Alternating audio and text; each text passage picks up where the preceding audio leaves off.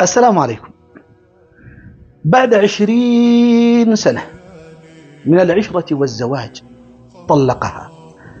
طلقها لأنها لم تنجب، لم تأتي له بالولد. وما ذنبها؟ وذلك أمر الله سبحانه وتعالى، ويجعل من يشاء عقيما، مع أنها لم تكن عقيما.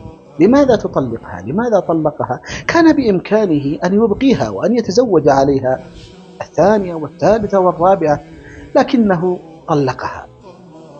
وكان في ذلك الوقت أيضا عندها معاملة وتأشيرة للحج، كان يعامل لها فألغيت التأشيرة لأنه لم يعد زوجها، فرجعت إلى أهلها باكية حزينة تدعو الله بأن يجبر كسرها.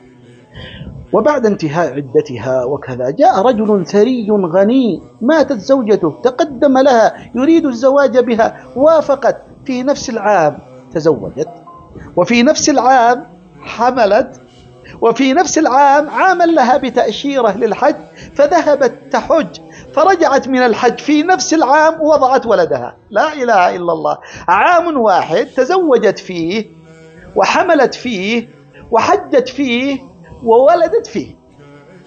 جبر الله بخاطرها وعوضها الله.